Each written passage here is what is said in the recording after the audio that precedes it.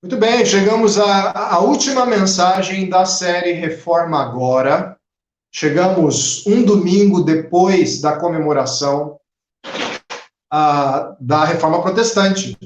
A comemoração temos aí mais de 500 anos de Reforma Protestante, e foi escolhido esse tema para a gente conversar um pouco, para você ouvir um pouco parte do que moveu, parte do que movimentou a igreja, parte da igreja naquela época, a igreja medieval, numa nova era, num novo momento. E agora a gente vai falar sobre o quinto pilar da Reforma Protestante. O quinto pilar da Reforma Protestante, ou o quinto sola da Reforma, somente da Reforma, é glória a Deus. Nós temos o tema aí, o fim da obra. Glória somente a Deus, ou somente a Deus glória. Soli Deo Gloria, em latim. E por que a gente está falando isso? Porque é o fim da obra. O fim da obra é a glória de Deus. E a gente vai conversar um pouquinho sobre isso, passando antes pela mensagem dos nossos dias. O que é que nossos dias dizem acerca do tema glória? Para você saber o que o nosso tempo diz sobre glória, é importante você entender sobre o que é que eu estou falando. Glória tem vários significados na Bíblia, mas dois significados importantes para a palavra glória é peso e valor. Ele também significa presença, brilho, majestade, significa várias coisas, mas essas duas palavras são importantes. Peso e valor. Sabe quando alguma coisa pesa, né? Pesa na balança. Você deixa a balança ali, principalmente aquela balança mecânica, né? Não a balança digital, a balança mecânica, e você vê pendulando assim. Você tem o contrapeso, que muitas vezes é necessário para pesar, né? O produto, aquilo que você vai colocar, e você coloca o produto a ser pesado ali, e a balança se move, aqui tem peso. Qual é o peso? Todo mundo tem um peso, todo mundo tem um valor. Nós temos, por exemplo, um valor intrínseco a nós. Sabe qual é? Segundo a Bíblia, nós somos imagem e semelhança de Deus. Nós somos imagem e semelhança de Deus. Isso é um valor. Isso é parte da nossa glória humana, glória pessoal. Então, existe um peso, um valor em ser humano, em ser criatura de Deus, em ser imagem e semelhança de Deus. Mas existe um tipo de glória, um tipo de valor, um tipo de peso que só um pode ter, que é a glória, o peso, o valor divino. Ou seja, aquele que possui o valor de ser Deus, de ser o centro das coisas, de ser em torno do qual tudo gira. Esse centro é chamado de Deus, de divindade, ídolo, deuses. Você vai ter vários deles nas religiões politeístas, você vai ter um só nas religiões monoteístas, e você vai ter o que eu chamo de deuses da pós-modernidade ou ídolos da pós-modernidade. Então, se existe uma glória intrínseca àquilo que é considerado o centro da vida, o centro de todas as coisas, em torno do qual tudo gira, o mundo gira, as pessoas giram, a criação gira, isso tem a importância de um Deus.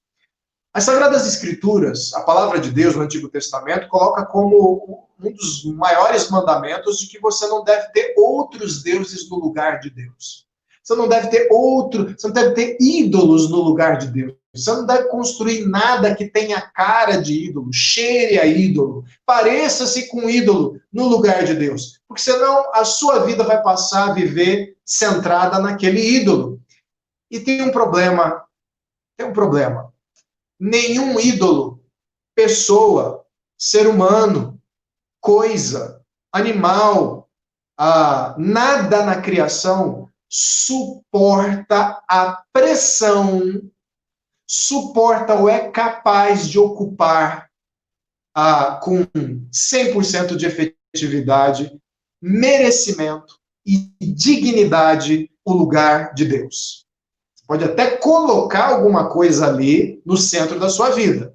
Você pode até fazer isso, mas logo, logo você vai ver que esse Deus é insuficiente, esse ídolo é insuficiente. O dinheiro é insuficiente, uma pessoa é insuficiente, tudo vai se tornar insuficiente, porque aquele lugar ele serve só para se assentar nele, e esse alguém é o próprio Deus. Ok? Deus ele não deixa de se assentar ali, tá? Mas a gente brinca de colocar alguém no lugar, certo? Por exemplo, agora, lá nos Estados Unidos, tem uma turma muito zangada que não quer que o presidente que foi mais votado até o momento, o caso vai para a justiça, tem uma série de desdobramentos, então eu quero evitar de falar de certezas nesse momento, eu não quero que você se atenha a isso, então parece que quem vai se assentar à cadeira de presidente dos Estados Unidos é um candidato. Mas o outro candidato está muito chateado porque ele atualmente senta-se na cadeira de presidente dos Estados Unidos e não quer cedê-la porque acha que a votação foi fraudada. As eleições foram fraudadas. Então está tendo essa briga lá. Então você tem um grupo que deseja que um candidato ocupe a presidência e tem outro que alega que a presidência é dele. O fato é um só.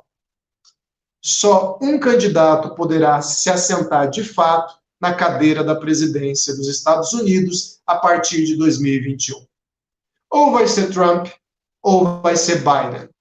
Então, apesar dos dois grupos intencionarem colocar os seus candidatos, os seus preferidos, no único lugar, só um estará lá. O outro pode se espernear, o outro pode falar o que quiser, seja o Biden, seja o Trump, seja o desenrolar que tiver, só um vai ocupar lá. Só um ocupa o trono de Deus e tem a importância, o valor e a glória de ser Deus. E esse é Deus. Também chamado no Antigo Testamento de Yahvé, o eu sou, é o Deus criador, o único Deus que existe. É o único Deus, o único capaz de se assentar é que de fato se assenta. Mas digamos que a gente tem vários grupos, muito numerosos, no planeta Terra, que têm seus candidatos e querem fraudar esse assento. Eles querem tirar Deus do trono e botar algo de maior importância para as suas vidas ou para a sua opinião.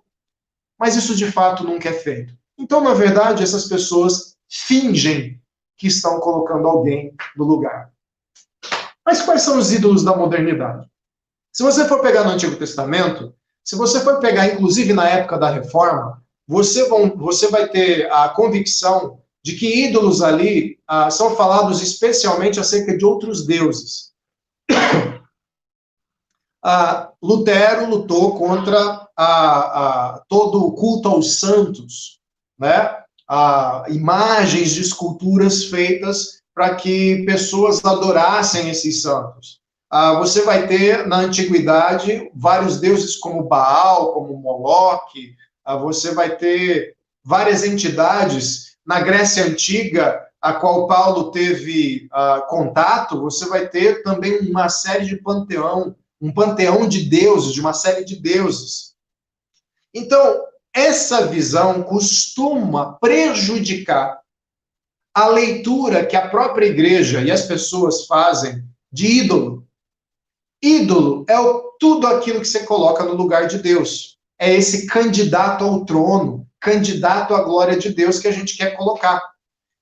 Se a gente for pegar essa conceituação e desgrudar um pouquinho do aspecto literal de divindade, o que torna tudo com uma linguagem mais religiosa e acaba sendo uma cilada para a gente, porque a gente acha que idolatria diz respeito tão somente a construir imagens, a ser de religião A, B, C ou D, mas na verdade é muito mais perigoso do que a gente acha.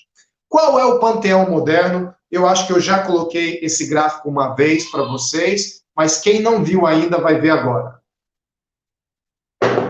Os ídolos da pós-modernidade são quais? Você tem ali o suprassumo, o Zeus, o deus mais importante, o ídolo mais importante da humanidade hoje, que é autonomia. Autonomia. Autonomia vem de auto, próprio, e nomos, que significa lei. Então, é lei própria. A autonomia significa você ter a sua própria lei. Você é sua própria lei. Você manda na sua vida e ninguém tem nada a ver com isso. Mais do que nunca, a autonomia é um ídolo. As pessoas confundem isso achando que discípulos de Jesus são uma espécie de prisioneiros. Na verdade, eles são libertos. Na verdade, o prisioneiro é aquele que se fantasia achando que manda na sua própria vida. Você não manda na sua própria vida. Você age na sua própria vida com uma certa liberdade que te dão, mas ninguém é plenamente livre. Você obedece sim a certas leis. Você pode não querer algumas e adotar outras, mas não significa que você não tem lei nenhuma. Mas a fantasia, o que o ídolo da autonomia vende é você vai ter liberdade total para fazer o que você quiser da sua vida.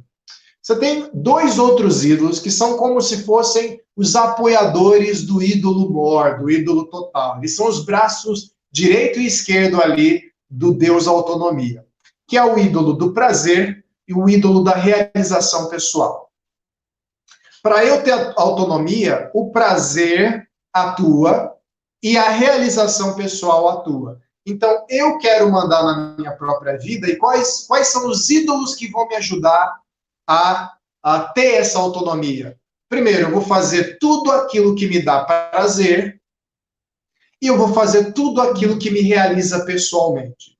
Então, só aí você tem um combo de egoísmo, de individualismo, de autocentrismo, assim, devastador.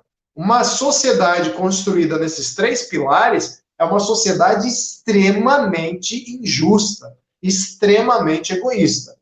Mas aí você tem outros deuses, deuses menores do panteão, que ajudam essa trinca.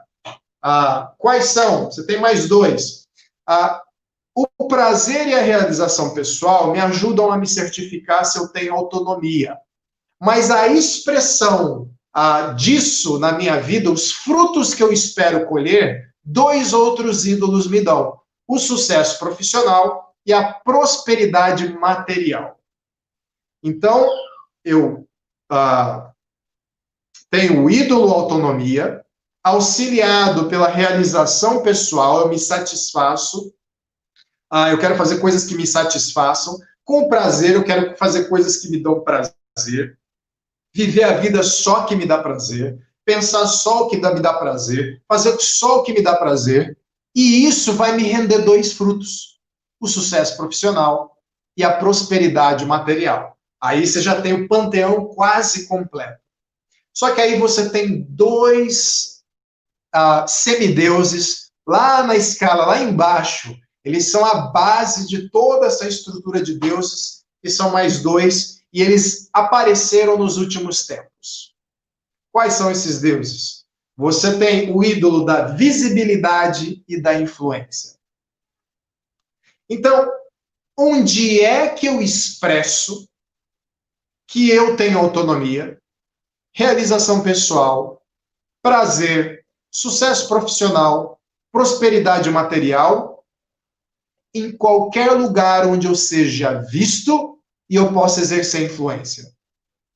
Até certo tempo, você não tinha esses dois aí de baixo, tão assim, apresentáveis, tão firmemente presentes na nossa cultura. Mas agora com as redes sociais, com a internet, com essa nova modalidade, onde você pode ser um artista, sem dinheiro nenhum, sem nada, e você pode bombar na internet, e você pode apresentar toda a sua argumentação, seu pensamento, seus valores nas redes sociais, você passa a buscar visibilidade e influência. É ali que as pessoas vão ver que você está feliz, realizado, que você faz o que quer da sua vida, que você é uma pessoa de sucesso. É ali que você mostra, ao ponto de não ter graça para muita gente ter autonomia, realização pessoal, prazer, sucesso profissional, prosperidade material, se eu não exibi-la nas redes sociais, se eu não for visto ou se eu não exercer alguma influência. Tudo isso está ao redor de um centro vazio. Percebeu o centro vazio? Sabe por quê?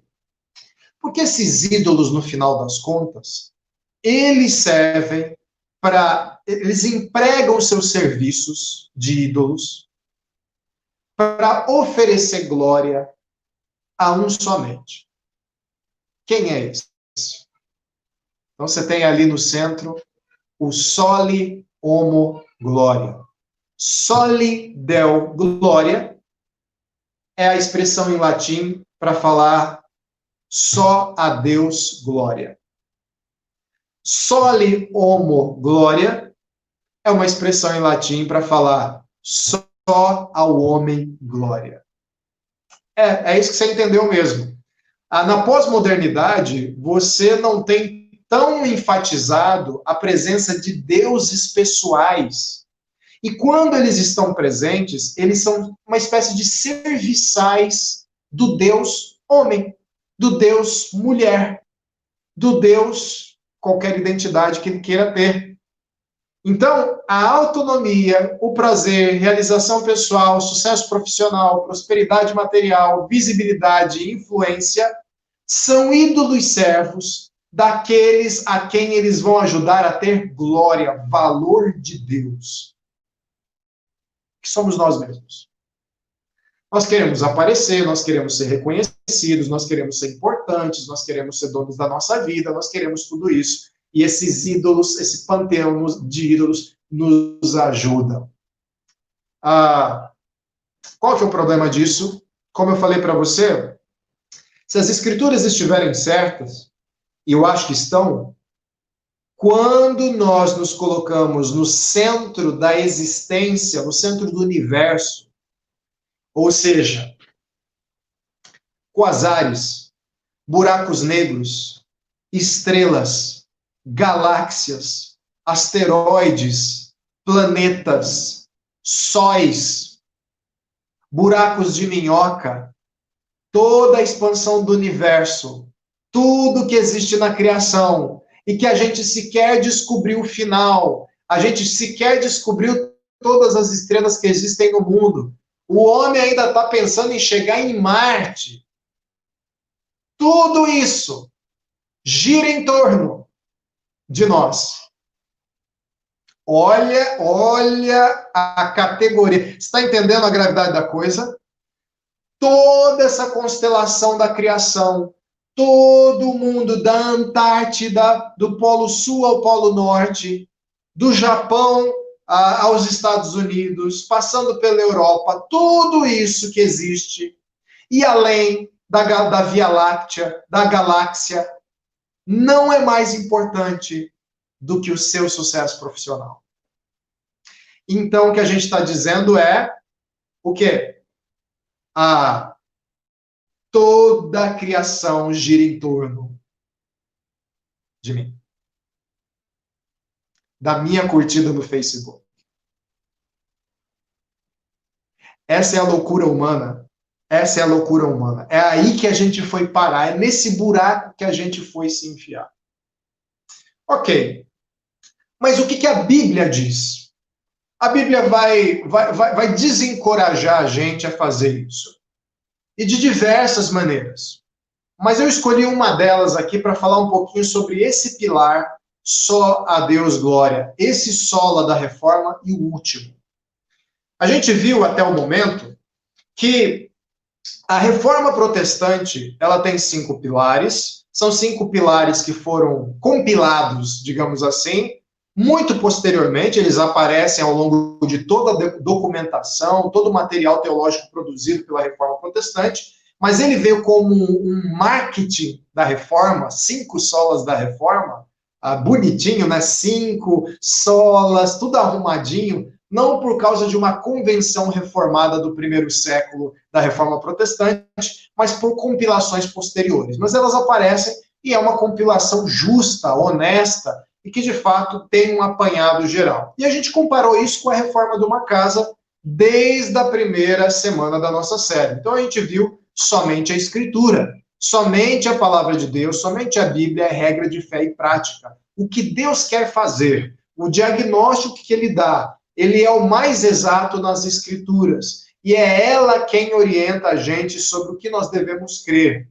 Agora, nessa escritura, fala-se da nossa carência, da nossa necessidade, do nosso pecado, da nossa separação com Deus, da nossa condenação, e nós vimos que há também um segundo pilar, somente Cristo. Então, somente Cristo é capaz de levar a cabo a obra que a Bíblia nos mostra que nós não somos capazes de fazer. Ele é o trabalhador que opera essa reforma, essa transformação, e, mais propriamente, essa regeneração na vida de uma pessoa e na vida da igreja. Somente a graça, o terceiro pilar que a gente viu. Ok, Jesus é aquele que levou a obra da salvação a cabo, ele nos aproximou do Senhor, mas quanto custa isso? Não, é de graça, você não tem que pagar nada. Essa obra foi feita exclusivamente por Jesus Cristo e dada a você de graça. Ok, mas e se eu não quiser? Ou se eu quiser? Se é dado de graça, é dado para quem? Como é que funciona isso? O processo que a gente tem é o quarto pilar, somente a fé. Então, só a Escritura é regra de fé e prática, só Jesus Cristo operou a obra da salvação, somente pela graça você recebe esse resultado da obra de Jesus Cristo, e só a fé te liga a essa obra de Jesus, imputando a você a justiça que é de Jesus. Então é como se a gente falasse assim, você se apropria da obra de Jesus através da fé salvadora. Então eu tenho uma parte nisso? Não, lembra do que a gente conversou? Inclusive a fé que você exerce, a fé que faz você crer, se render a toda essa obra de Jesus Cristo, inclusive isso é dom de Deus. Inclusive isso é um presente dado por Deus. E aí a gente vai para o último pilar. Para que tudo isso? Essa movimentação dos 4 pilares, para quê? Qual é o fim? Opção 1. Deus tem uma carência de você. Deus, ele morre de vontade de ter você por perto. E Deus, pela eternidade, e ao longo dos séculos, tem chorado porque ele tem se sentido muito sozinho na eternidade. Ele tem se sentido muito sozinho e triste porque não tem você por perto. E ele não vê a existência dele possível sem você do ladinho dele. Então ele fez tudo isso porque você é o ponto fraco de Deus. Opção A. Opção B. Deus não precisa de você. Na verdade, Deus estava muito bem na eternidade sem você, e ele pode viver sem você. Ele não deixa de ser Deus por sua causa. Ele não deixa de ter glória por sua causa. Ele não se sente solitário por sua causa. Não há nada que você faça que prejudique Deus. Ele fez o que fez ao longo de toda essa história, porque ele te ama? Sim, porque ele te ama. Mas, em última análise, por causa da sua glória. Porque ele, como Deus, é capaz de exercer toda a bondade, toda a justiça, e isso compete a alguém com a glória dele. Compete a alguém com a importância e o valor que ele tem. Então, tudo isso coopera para evidenciar, para manifestar, para revelar a glória de Deus, a importância de Deus, o peso de Deus, o valor de Deus. eu sou mais a opção B. Eu sei que já foi pregado por aí a opção A. Mas você quer mesmo adorar e se aproximar e depender e confiar de um Deus neurótico, de um Deus super carente, que está chorando em posição fetal porque você está perdido? Ou você quer um Deus todo-poderoso, glorioso, governante dos céus e da terra, seguro de si, autossuficiente e que mesmo assim escolhe ir na sua direção e te salvar? Eu sou muito mais esse. Me perdoe a turma que acha que Deus, para Deus ser amor, precisa ser carente. Não, isso é um Deus com problemas psicológicos. Esse é um Deus que precisa de terapia. Deus não precisa de terapia. Deus não tem problemas mal resolvidos com seus filhos. Nós temos problemas mal resolvidos com Ele, mas Ele não tem conosco. Ok, então quem é esse Deus? Onde é que diz isso, Saulo? Se somente a Escritura é regra de fé e prática, onde é que está dizendo isso? Então eu falei que são várias passagens, eu escolhi a passagem de Romanos, capítulo 11, e a partir do versículo 33. A gente chama isso de doxologia. Doxologia diz respeito à glória, palavras exaltando a glória de Deus. Então, em algumas cartas, em algumas passagens das Escrituras Sagradas, vocês vão perceber o seguinte, que o autor vai conversando, vai explicando o que ele tem para explicar, de repente ele para louvar, para adorar, e ele simplesmente exclama uma série de qualidades e uma série de palavras direcionadas à glória de Deus, à importância de Deus, ao valor de Deus. Isso é doxologia. Para você não ficar viajando muito, você pode até estranhar quando você estiver lendo, mas não estava falando de outro assunto, porque ele parou tudo para falar isso. Ele entrou em transe, o que é? Imagina que você está com o amor da sua vida. Você está apaixonado lá por uma pessoa, um homem, uma mulher, e é seu namorado, sua namorada, seu esposo, sua esposa, e aí você está apaixonado e você está naquele encantamento só, os hormônios colaborando, tudo na pessoa brilha, tudo na pessoa encanta, e aí em determinado momento vocês estão conversando e você se perde na beleza da pessoa que você é apaixonado.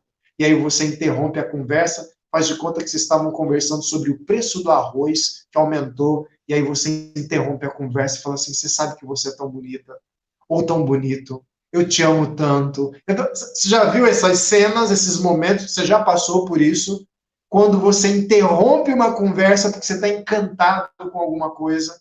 Quando você vê uma paisagem, você está dirigindo, você saiu de férias, pega a estrada com o seu carro, e aí você vai para algum lugar de natureza, e você entra ali, você vai para uma floresta, você vai para um monte, você vai para a praia. Vamos pegar o exemplo da praia. Você chega na praia, e aí você vai andando com a sua maletinha, marmitinha, e não sei o que e tal, e com o guarda-sol, e aí você alcança a areia da praia e se descortina, não uma série de prédios, mas montanhas, um mar verdejante, e aí você, digamos, estava conversando com seus amigos e parentes que estão te acompanhando na viagem, e vocês conversando sobre como é que foi, poxa, a estrada estava difícil, hein, tanto carro e não sei o que, e você vê aquele impacto, aí de repente você para o que você estava falando.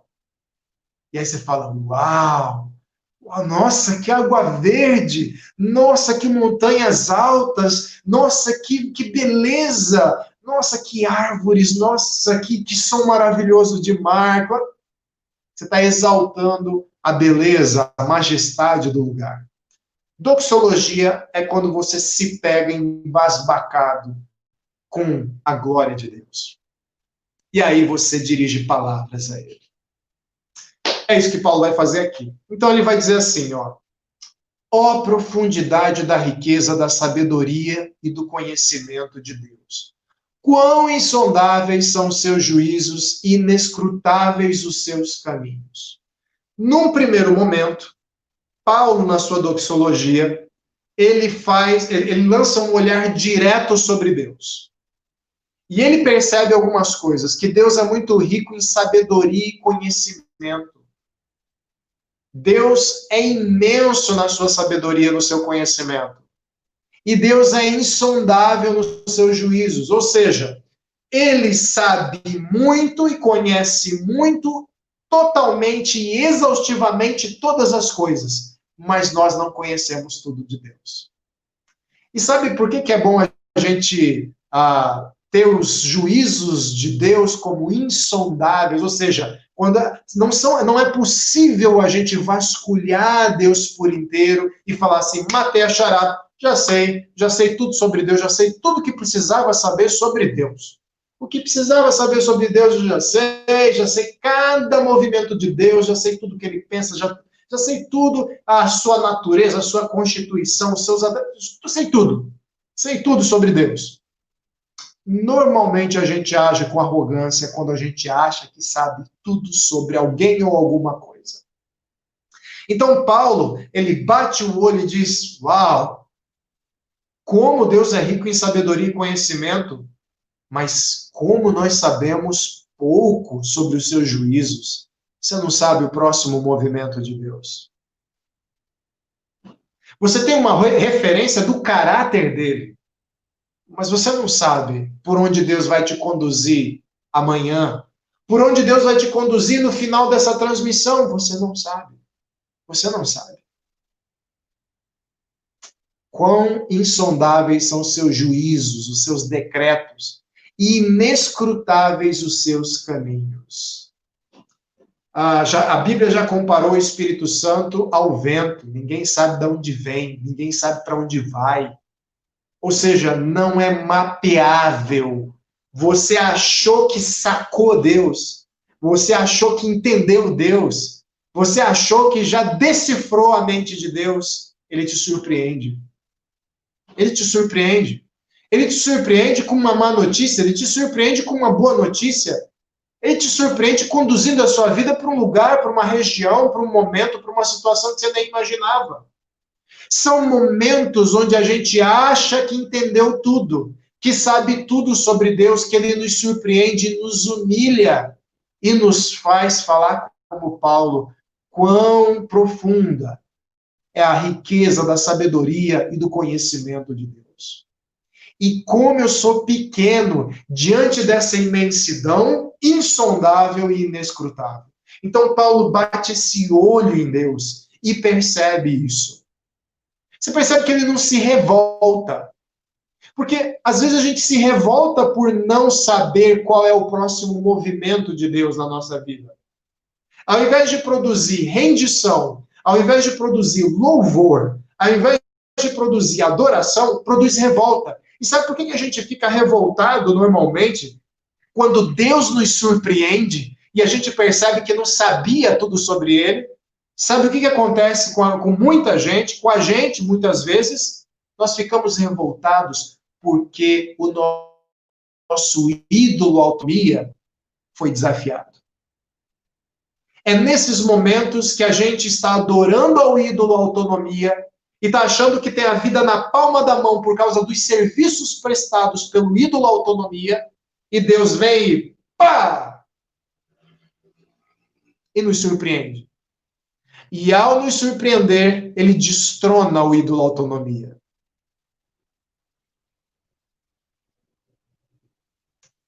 E aí a gente se revolta. Que Deus é esse? Onde é que estava Deus? O que Deus está fazendo? Deus está sendo injusto comigo? Não, Deus está destronando o nosso ídolo. Deus está mostrando quem é que manda na coisa toda. Deus está mostrando que nós não sabemos nada. E quando a gente acha que tem a mente de Deus, o coração de Deus, os poderes de Deus, porque quando a gente sabe tudo o que Deus vai fazer, nós praticamente temos seus poderes. A gente pode se antecipar às ações de Deus, a gente pode planejar porque nós entendemos exatamente o que Deus vai fazer. Mas quando Deus nos contraria, quando Deus se move livremente com seus juízos, Deus se mostra, ele sim, com autonomia, lei própria, vontade própria e descolada da nossa vontade, ele mostra que é o único Deus glorioso e ninguém mais pode ocupar esse lugar. A gente pode tentar fraudar o trono. A gente pode tentar botar nossos candidatos lá, mas é nesse momento que a gente percebe que a nossa fraude foi descoberta e que o nosso ídolo foi destronado. Mas Paulo diz mais coisas sobre a glória de Deus. Versículo 34 e 35 de Romanos capítulo 11. Depois de lançar o olhar sobre ele, aí ele faz uma comparação entre nós e Deus. Olha só, ele faz um raciocínio muito simples. Quem conheceu a mente do Senhor? Quem foi o seu conselheiro? Quem primeiro lhe deu para que ele o recompense? A palavra de Deus nos mostra que Deus é o Criador. Existe uma diferença teológica entre nós e Deus. Nós somos considerados pela teologia saudável, pelo menos, imortais. Você é considerado biblicamente como imortal. Porque o que é um ser imortal? É um ser que nasce, ele é gerado num tempo, num momento da história, e ele nunca mais deixa de existir. Nós morremos, mas nós não deixamos de existir. Ou seja, nesse sentido, nós somos imortais. Inclusive, nós ressuscitaremos um dia. Ou seja, aqueles que vieram à existência nunca deixarão de existir. Não há um único ser vivo, não há um único ser humano que tenha vindo à existência desde os primórdios, desde o Jardim do Éden, que vai deixar de existir. Todos ressuscitarão. Mas só há um ser eterno. Os seres humanos são imortais, mas não são eternos. Deus é eterno, é o único eterno. O que é alguém eterno? É alguém que sempre esteve aqui. Ele não surgiu no momento da história. Ele é o passado, o presente e o futuro. E se eu fosse você, descansava nisso e não tentava explicar muito. Porque você não vai conseguir. Ele era, é e sempre será. É um jeito das Escrituras de tentar explicar o insondável. Ou seja, a gente está passando pela superfície do que é a eternidade.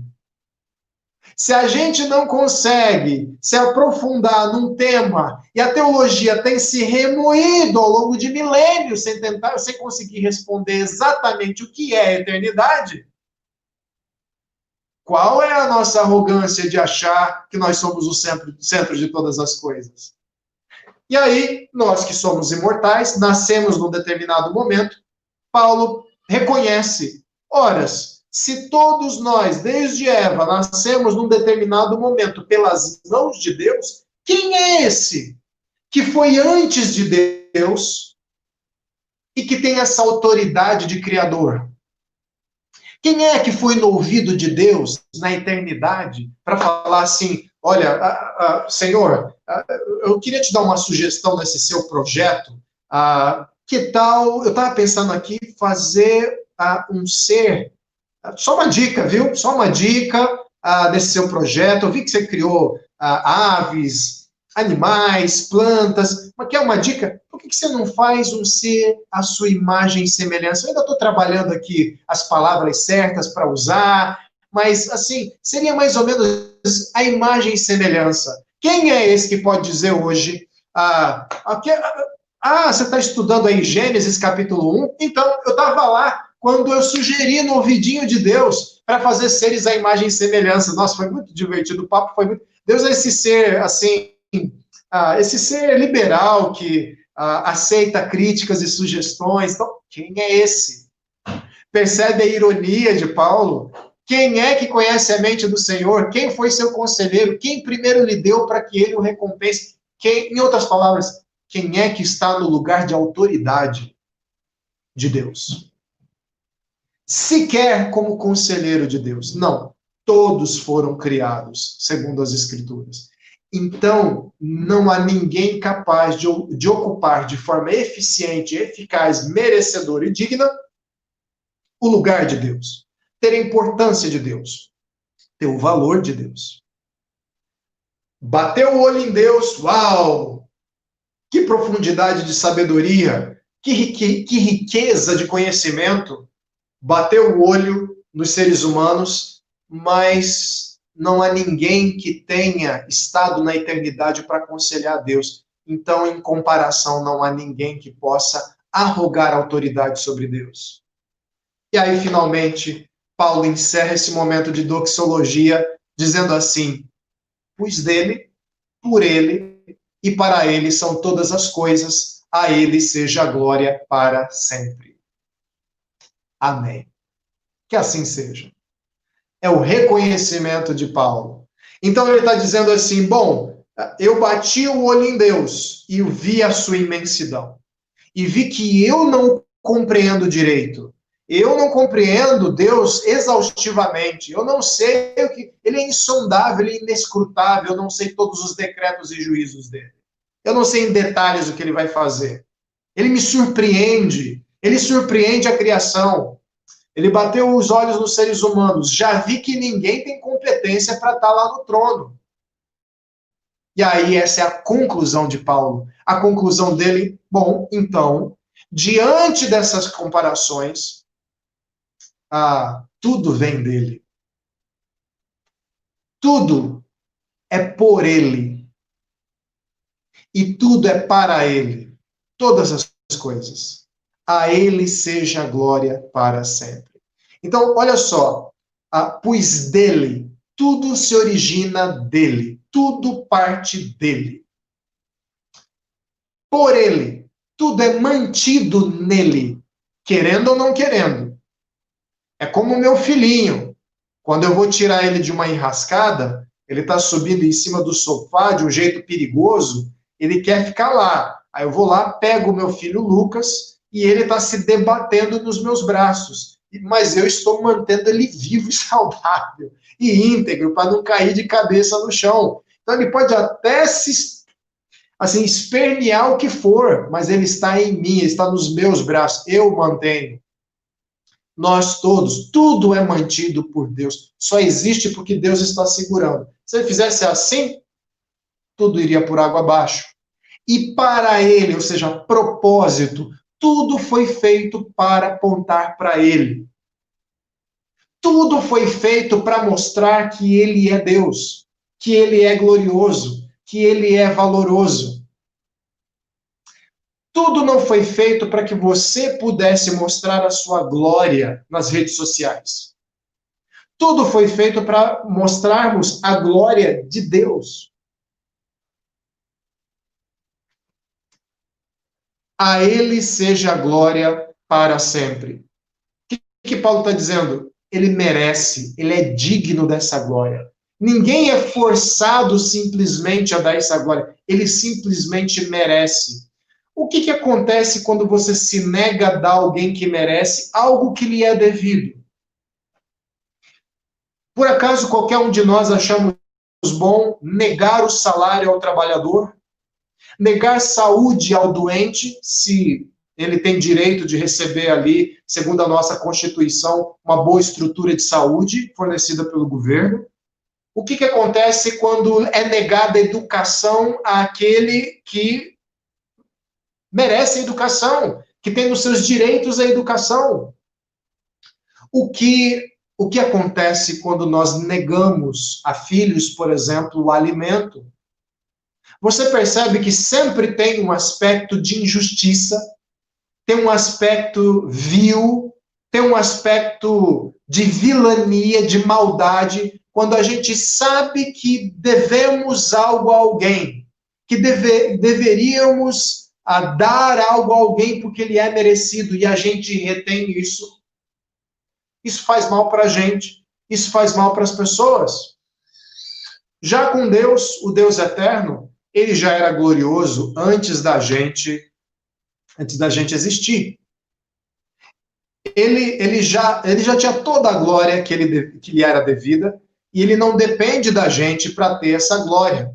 Então, a quem prejudica o ato dos seres humanos reterem a glória, glorificar a Deus, louvar a Deus, por quem ele é, pelo seu valor de Deus, ser o centro das nossas vidas, a quem a gente prejudica? Deus? Não. Se Deus tem toda a glória que ele é devida, nada da glória de Deus é subtraída porque a gente está de bico com ele, porque que a gente está de pirracinha com ele, porque a gente está de mal, Belém, Belém, nunca mais ficar de bem. Tem uma brincadeira quando era criança, que repetiam isso na rua, acho que não existe mais isso, mas era Belém, Belém, nunca mais ficar de bem. Por que eu estou falando uma fala infantil? Porque é uma birra infantil da criação de Deus com o seu Criador. Ou seja, a gente intenciona prejudicar Deus, a gente intenciona ferir Deus sem sucesso. Então a gente prejudica, na verdade, tão somente a nós mesmos. Tão somente a nós mesmos. Porque se eu não glorifico a Deus, e esse é o propósito da minha vida, e eu não estou cumprindo o propósito da minha vida, eu passo a ficar vazio de propósito, eu passo a ficar vazio de significado, eu passo a ficar vazio de satisfação, eu passo a ficar vazio de alegria, de felicidade na minha vida, porque eu estou tentando botar o meu candidato a Deus no lugar de Deus sem sucesso, e eu estou retendo a glória que é devida a Deus, não porque lhe falte, mas porque eu fui criado para reconhecer essa glória. Já ouviu a expressão problema seu? Deus não disse isso nas Escrituras, sou eu que estou dizendo. Mas, traduzindo a grande questão acerca da glória de Deus, para nós, é como se nós falássemos assim: Deus, você me decepcionou como Deus. Você me decepcionou como entidade divina a meu serviço. Então eu vou substituí-lo. Vou substituí-lo por outro alguém ou por alguma outra coisa. E agora? E aí é como se houvessem vozes de anjo dizendo assim para você: ok, o problema é seu. Mas eu estou aqui chantageando Deus. Ele não vai virar refém da minha chantagem? Não, o problema é seu. O problema é seu. O problema é meu. A resposta de Deus é: vivam para minha glória e o problema estará resolvido. Não vivam para minha glória e ela vai continuar existindo, mas vocês vão sentir a carência dessa glória. A carência de reconhecer essa glória. Vocês acham que estão privando algo para mim, mas na verdade estão se privando de significado e de propósito na vida de vocês. Isso vai trazer imensa insatisfação, imensa infelicidade para vocês e muita irritação com os ídolos que vocês elegeram, porque no final vocês verão que eles não têm poder nenhum. Só a Deus glória.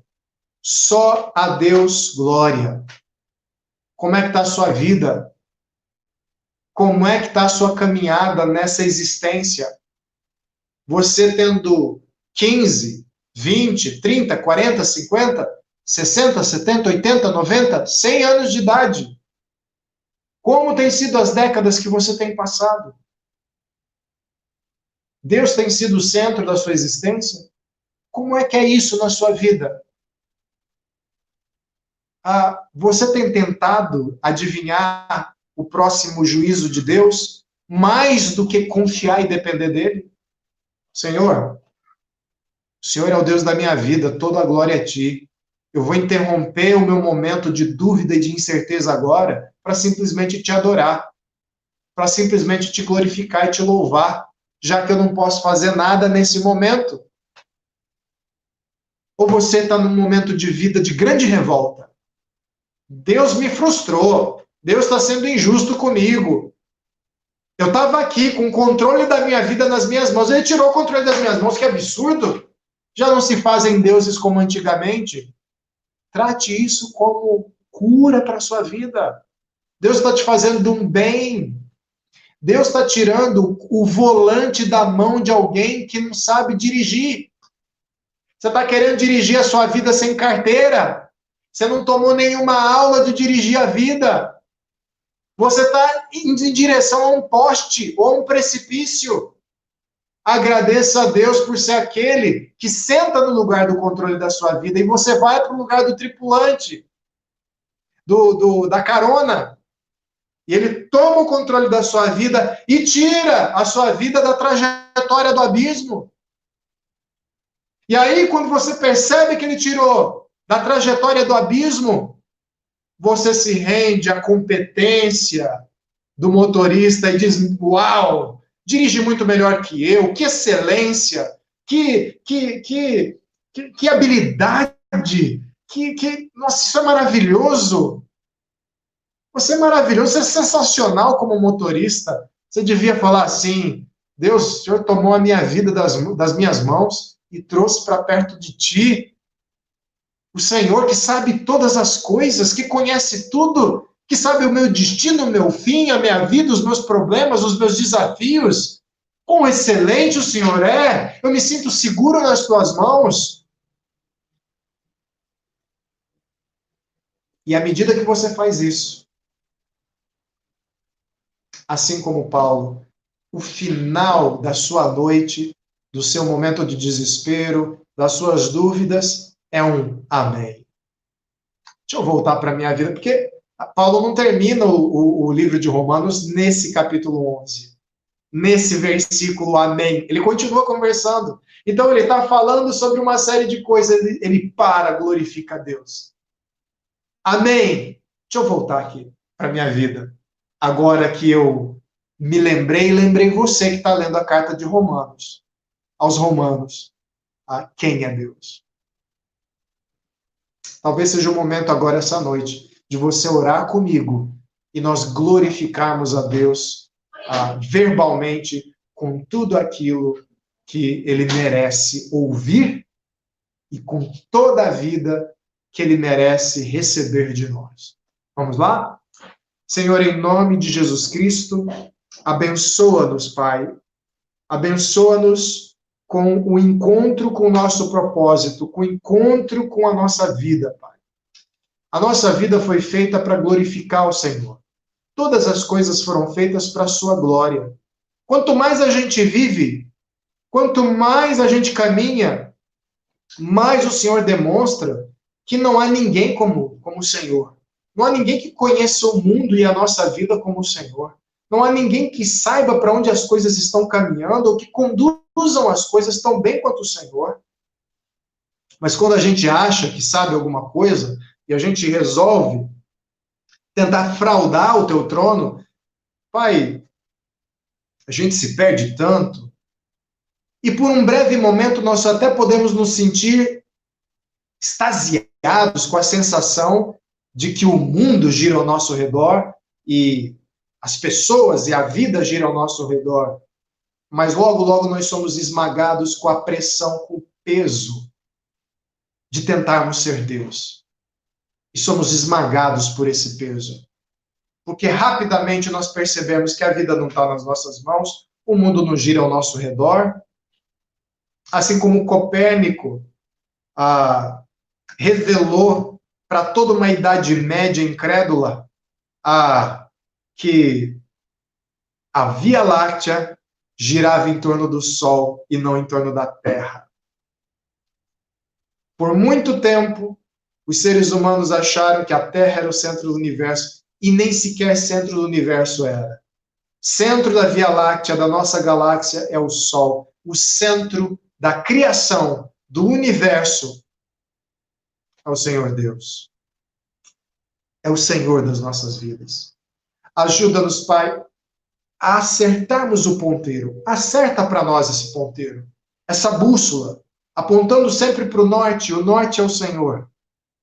Para que aí sim nossa vida seja plena de significado, de satisfação, de alegria, e assim como Paulo, a gente fique extasiado por descobrir quem o Senhor é no meio de toda essa criação em relação às nossas vidas, em nome de Jesus. E que o amor do Pai, a graça de Jesus Cristo, Filho, e as consolações, testemunho e poder do Espírito Santo estejam com vocês. Amém Amém e amém. Deus abençoe cada um de vocês. Obrigado pela companhia essa noite, mais uma noite. Lembrem-se, a gente vai continuar fazendo as transmissões sempre. De agora em diante, assuma que sempre terá transmissões, tá bom? Então, Deus te abençoe nessa caminhada para a glória de Deus, tá bom? Grande abraço, estou vendo o pessoal dizendo amém. Eu vou colocar algumas pessoas aqui, ó. Vamos colocar algumas pessoas. A Luzia está dizendo amém. A Eliene está dizendo amém. A Dora dizendo amém. A Lia dizendo amém. A Cida dizendo amém. Todo mundo imitando Paulo, falando amém. Que assim seja. A glória realmente é para Deus. Que o Senhor nos ajude a perceber as coisas que Paulo percebeu acerca de Deus. Grande abraço, meus irmãos. Grande abraço para você. A gente se reencontra na quarta-feira que vem, às 20 horas, para o nosso encontro de oração. Tá bom? Tchau, até breve.